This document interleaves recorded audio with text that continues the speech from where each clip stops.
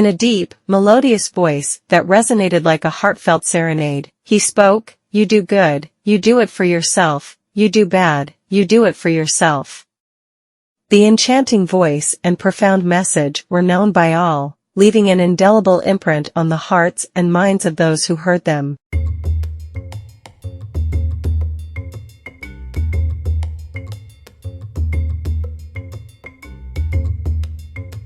Once upon a time, in the kingdom of Berzon, in the land of the Bassa people, and in Tinway town, there lived a mysterious man. The story goes that one day, many years ago, there was a week of very heavy rain. After the rain, a rainbow appeared, and a man emerged.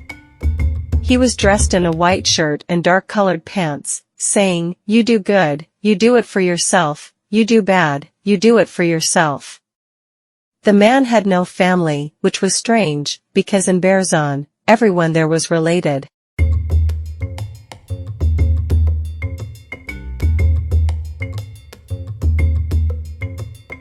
Initially, the residents of Tinway town were wary of him. They kept their children at a distance, and women would pass by him without saying a word. However, some men were curious and became more receptive to the stranger. They engaged in conversation with the stranger, and that's how word quickly spread about his good-hearted nature and high intelligence.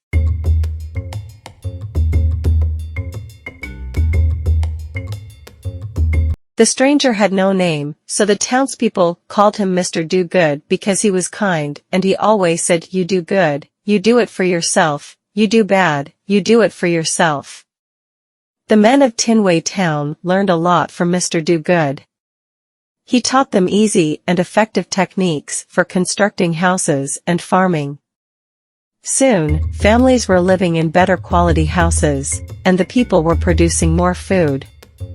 The children were often seen gathered around him as he taught them their lessons.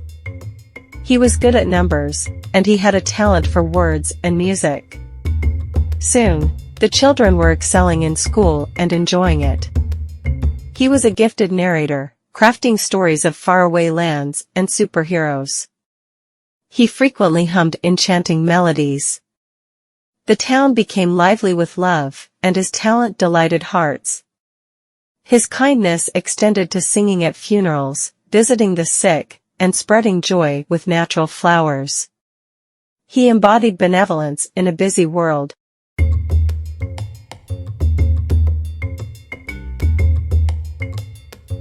Mr. Do-Good was peculiar. He wouldn't accept a job, he wouldn't accept money.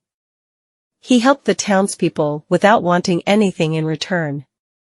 He was great at teaching and simplifying processes. Employers sought his exceptional skills, but he declined job offers. He never rode a car or a bicycle, but he was always seen every place at every time. Women provided him with food, while men contributed clothing and shoes. He only took what he required, rejecting anything extra. If there were surplus items, he shared them with the needy and those less fortunate. He remained unruffled, never succumbing to anger. His guiding principle was straightforward: you do good, you do it for yourself, you do bad, you do it for yourself. Gradually, everyone adopted his wisdom to navigate challenging situations.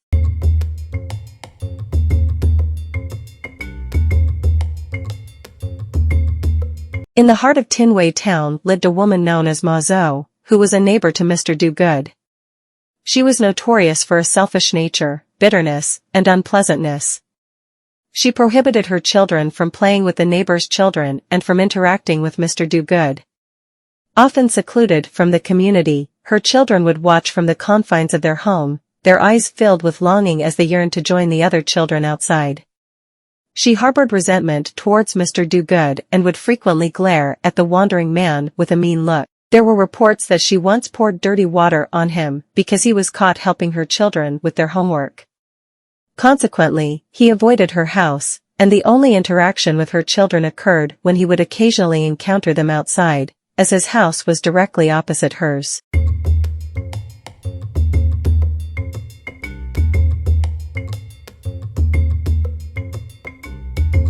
One afternoon, Ma Zoe returned home to find Mr. Do-Good, the man she had so openly scorned, teaching children in front of her house. The sight was unexpected, but to everyone's surprise, Ma Zoe didn't react. She simply watched from a distance, her usual stern expression replaced by a curious gaze. This continued for weeks, and slowly, the whispers among the townsfolk began to change. Could it be that Ma Zoe has had a change of heart? They wondered, their faces lit up with hope.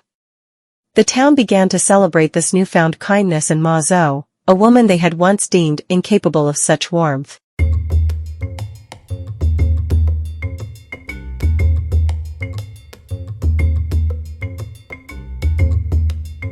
And then, one sunny Sunday, after Mr. Do-Good had helped the children in the community with their assignments, Ma Zoe did something no one had ever expected. She invited Mr. Do-Good to a lavish meal, and as always, Mr. Do-Good thanked her and repeated his mantra, "You do good, you do it for yourself, you do bad, you do it for yourself." Despite her reputation, it seemed Ma Zoe had finally opened her heart to kindness. This meal was unlike any other in the humble city of Buchanan. Rich aromas filled the air as Ma Zoe presented a feast filled with the finest delicacies the city had to offer. Mr. Do-Good, known for his modesty, was taken aback by this unexpected gesture of kindness. True to his nature, he invited Ma Zoe's son to eat, but Ma Zoe replied that the boys had gone to play soccer. Ma Zoe then informed Mr. Do-Good that she was going to the shop and promised to be back in a few minutes.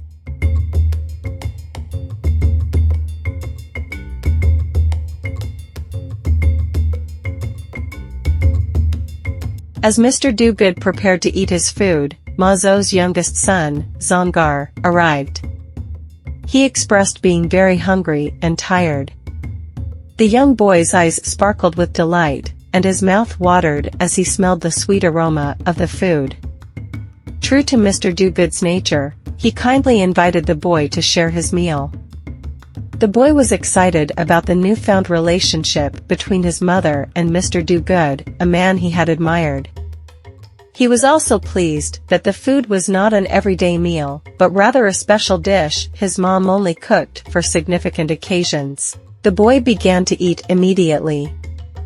However, just as Mr. Do-Good was about to take his first spoonful, he received a call about a child in dire need. He stopped short of indulging in his meal and quickly hurried to help the child across the street.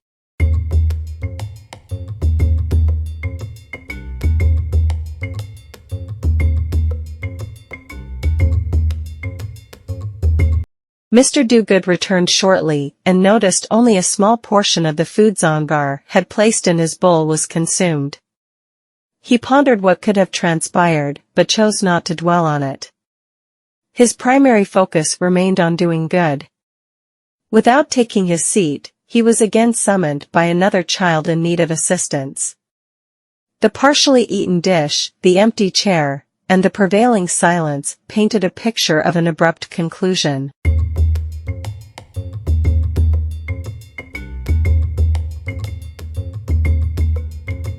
Ma Zoe returned and became upset because Mr. Do-Good had not finished the food.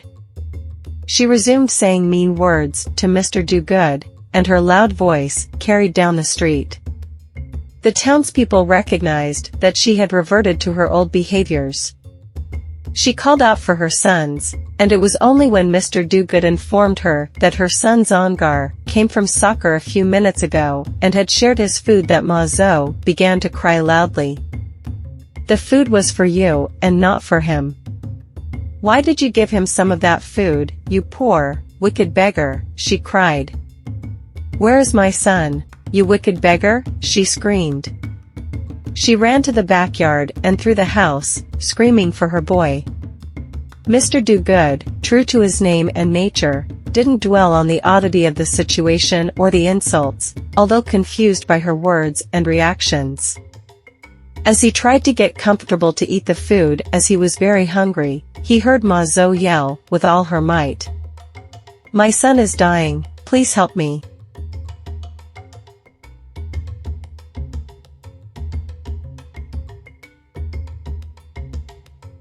Mr. Do-Good dropped the spoon and ran to help Ma Zoe. Zongar lay unconscious. They hurriedly took Zongar to the hospital. Ma Zoe remained in shock. The doctor grimly stated, "We might not be able to help him, and he might die if you can't tell us what happened." Sadly, Ma Zoe, in a shaking voice, stated, "I hate Mr. Do-Good, so I decided to kill him. I cooked poisoned food, sent my children away, not expecting them soon, but my youngest son came and ate the poisoned food prepared for Mr. Do-Good." She told the doctor the poison she used. The doctor was shocked at the evilness of her words. He administered the antidote, and the boy responded to treatment. The doctor then said to Ma Zoe, "You do good, you do it for yourself, you do bad, you do it for yourself." Mr. Do-Good was in shock. The boy was revived.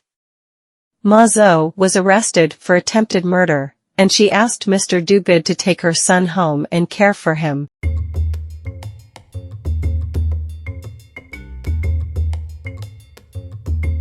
The townsfolk watched, their eyes filled with admiration for a man who, in the face of an unexplained turn of events, chose to continue his routine of goodwill.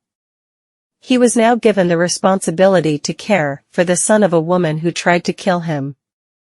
His focus, as always, was on doing good for others.